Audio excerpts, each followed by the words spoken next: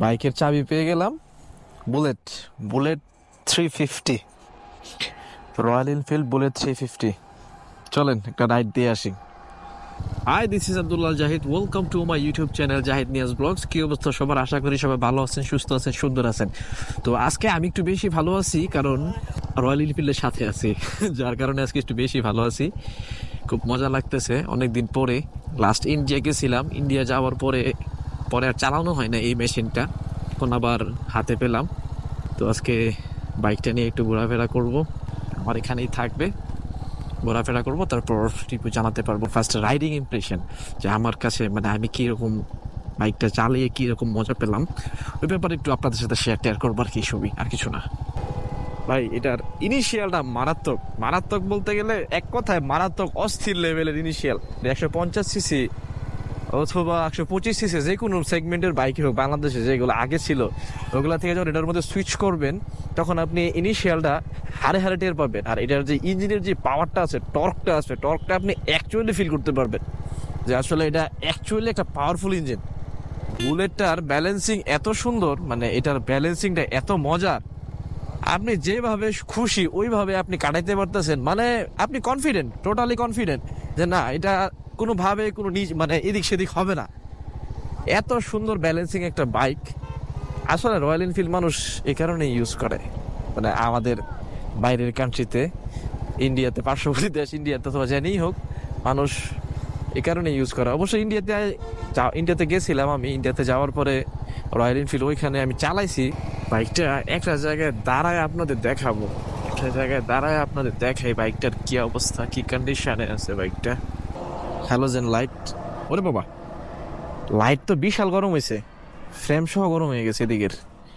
এটার হেডলাইট তো ভালো গরম হয়। এটার ইঞ্জিনের সাইজটা দেখছেন কত বড়, বিশাল বড়, কিন্তু দেখতেও ভালো লাগে ভাই, একটা ফিল আছে এটার মধ্যে। সিঙ্গেল হর্ন, এই যে সিঙ্গেল হর্ন এখানে। আর এটা সম্ভবত ব্যাটারি এখানে রাখে, হ্যাঁ ওই যে ভিতরে দেখা যায় ব্যাটারি নাকি, হ্যাঁ ব্যাটারি ভিতরে। আর এটার ভিতরে সম্ভবত টুলবক্স এগুলো কিছু একটা হবে। এলইডি দেয় নাই, হ্যালোজেন দিছে। ডুয়েল চ্যানেল এবিএস, সিএটের টায়ার দিছে, বাট টায়ারটা একটু চিকন লাগতেছে। টায়ারটা যদি আরেকটু হোয়াইট টায়ার দিত, আরেকটু হোয়াইট টায়ার দিলে আরেকটু ভালো লাগতো। বাইকটার যে লুকস আছে, লুকসের সাথে এই চাকাটা একটু ছোট, একটু চিকন হয়ে গেছে। আরেকটু হোয়াইট টায়ার দিলে আরেকটু বালকি লাগতো, একটু ভালো লাগতো। শোক দেয় না। এটারে কি সাসপেনশন বলে আমার খেয়াল নাই, আমার এখন মনে আসতেছে না, আই এম সরি। বাট দুই পাশে সাসপেনশনটা পিছনে সাসপেনশনের দুই পাশে, এদিকে একটা এদিকে একটা, দুই পাশে। রয়্যাল এনফিল্ডের ব্যাজিং এখানে ফুটপ্যাকে সব জায়গায়। ইঞ্জিনের মধ্যে রয়্যাল এনফিল্ডের ব্যাজিং আছে, এখানেও আছে রয়্যাল এনফিল্ড বুলেট 350, এখানে বুলেট 350 লেখা এখানে। এই যে ভাইব্রেক ক্যালিপার, ব্রেকিং সিস্টেম একটু মোটা দিলে, একটু ফ্যাট, একটু হোয়াইট টায়ার দিলে একটু ভালো লাগতো। স্পোকের রিম দিছে দুইটার মধ্যে, পিছনে সামনে দুইটাই, যেহেতু বুলেট। স্পোকের রিম দিছে। আর ডিস্কটা অনেক বড়, ভালো বড় ডিস্কটা।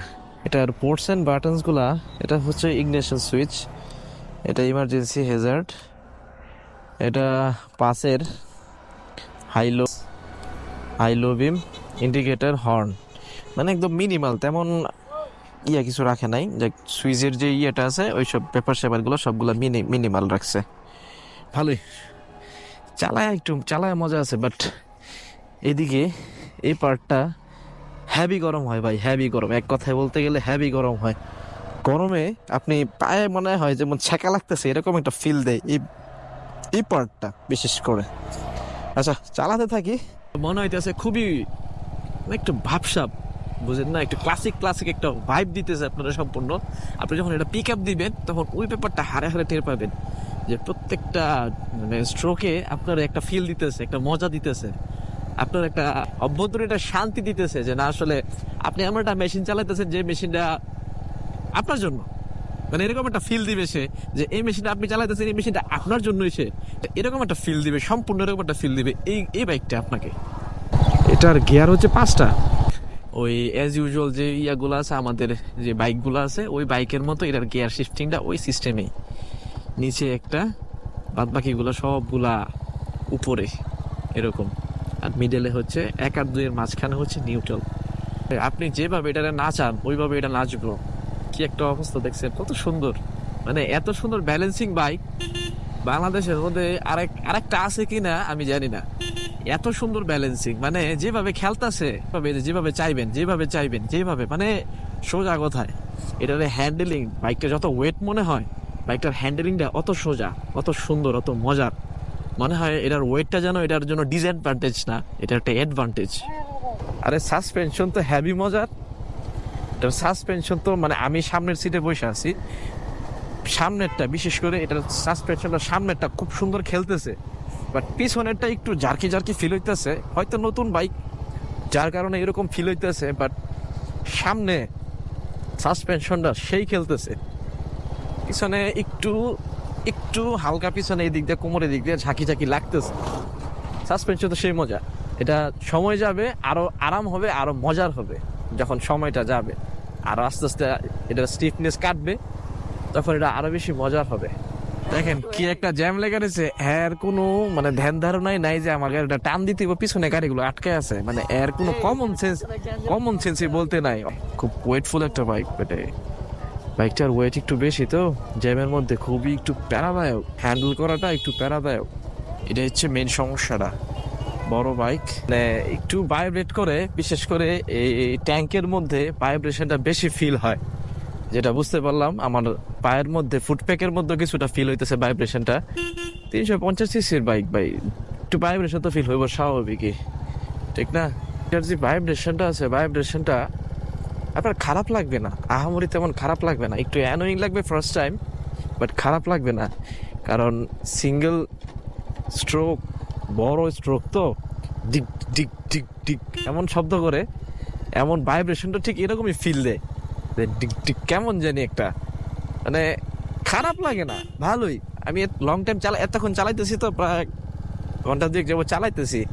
ফার্স্ট টাইম যখন নিয়েছিলাম তখন একটু অ্যানোয়িং লাগছে, বাট আস্তে আস্তে যখন এই সিঙ্গেল স্ট্রোকটা যখন বাড়ি দেয় এরকম ভাবে ডিক ডিক ডিক ডিক, খারাপ লাগে না, খুব রিল্যাক্স একটা ফিল দেয়। আপনি বসার সিস্টেম বলেন, আপনি যেভাবে বসে রয়েছেন, বসার স্টাইল অথবা চালানোর ধরন, একদম টোটালি একটা রিল্যাক্সিং বাইক। এই ইঞ্জিনটারে যখন আপনি পিক আপ দিবেন, তখন আপনার মনে হইব যে না, আপনি অ্যাকচুয়ালি হায়ার সিসির কোনো কিছু চালাইতেছেন, মানে যে একটা ইনিশিয়াল দিব, মানে আপনি মনে হইতেছে আপনি পিছে চলে যেতেছেন, এরকম একটা ফিল দিব সম্পূর্ণ। কিন্তু একটা জিনিস খেয়াল করলাম, এটা হচ্ছে আপনার এটার যে ভাইব্রেশনটা একদম এই যে হ্যান্ডেলে ফিল হয়, হ্যান্ডেলও ফিল হয়, মানে এইগুলা ব্রেক প্যাড সবগুলোতেই ফিল হয়। পাশাপাশি আপনার এই যে সাইড মিররগুলো আছে, সাইড মিররগুলো কেমন জানি কাঁপাকাঁপি করে, খুব মানে কাঁপাকাঁপি করে, ওদের ভাইব্রেট করে আর কি, খুব ভালো ভাইব্রেট করে। আমার হাইট হচ্ছে 5 ফিট 8, আমি 2 পা একদম প্রপারলি পাই না, একটু হালকা সামান্য একটু কম পাই। কিন্তু এই যে ফুটপ্যাকটা আছে এইগুলা, আর এই পাশে যেটা, এটা একটু বেশি ছড়ানো আর কি, যার কারণে আপনি যখন দাঁড়াবেন জ্যামের মধ্যে, তখন এটা আপনার ধাক্কা লাগবে, যেভাবে ধাক্কা লাগবে পায়ের মধ্যে, এই ব্যাপারটা একটু অ্যানোয়িং, কিন্তু আস্তে আস্তে ইউজ করতে করতে আপনি ইউজ টু হয়ে যাবেন। তবে যারা নাকি 5 ফিট 8-এর উপরে আছেন, তারা এই বাইকটা খুব ইজিলি কন্ট্রোল করতে পারবেন। বাইকটা টানতেছিলাম, টানার পরে দেখলাম ব্যাপারটা, বাইকের 80-র পরে যখন আপনি 80 উড়াইতেছেন, স্পিডটা যখন 80 পর্যন্ত যেতেছে, 80-র পরে বাইকটা একটু রিল্যাক্স হয়ে যেতেছে, মানে স্পিড আর উঠতে যেতেছে না, এরকম একটা ওর একটা মনোভাব ওরকম একটা দেখাইতেছে যে 80 উঠে গেছে ভাই, আমি আর পারতেছি না, আমার আর প্রেশার দিও না, তুমি রিল্যাক্সে বাইক চালাও, মানে এরকম একটা ব্যাপার সেবার ওই আমার বুঝাইতেছে আর কি। এটা টানাটানির বাইক না যে আপনি টানাটানি করবেন এই সেই, এটা হচ্ছে রিল্যাক্সের বাইক, আপনি রিল্যাক্সে বাইক চালাবেন, রিল্যাক্সে হ্যান্ডেল ধরে বসে রয়েছেন, পিক আপ দিতেছেন, বাইক চলতেছে, এটা হচ্ছে ওই বাইক। এটা স্পিডের চিন্তা করে 350 সিসি দেখে স্পিড চিন্তা করে যে আপনি এটা স্পিড হাই স্পিডিং করবেন, রেস করবেন এই সেই, এগুলো চিন্তা করলে ভাই এটা আপনার জন্য না। যে আপনি রিল্যাক্সে কোথাও ট্যুর দিতেছেন, যাইতেছেন, এটা হচ্ছে আপনার সম্পূর্ণ ওই ব্যাপারটা আপনার ফিল দিবে। এটার হেডলাইটের আলো মোটামুটি মানে অত একটা ভালো না, মানে মোটামুটি চলে। এই যে সামনে দেখতেছেন মিশুকের পিছনে বিভাটেক লেখাটা দেখতেছেন, হয়তো এতটুকু আলো এটার। আর এটা হচ্ছে এই যে ডিপার হচ্ছে এটা। এই ছিল মোটামুটি ফার্স্ট ইমপ্রেশন আমার, চালিয়ে আজকে কেমন লাগলো এটাই ছিল। তো আশা করি সবাই ভালো থাকবেন, সুস্থ থাকবেন, সুন্দর থাকবেন, আর please share, follow and subscribe to my channel Zahid Niaz blogs. ঠিক আছে, আল্লাহ হাফেজ, কথা হবে, দেখা হবে নতুন কোনো ভিডিওতে। টাটা, আসসালামু আলাইকুম।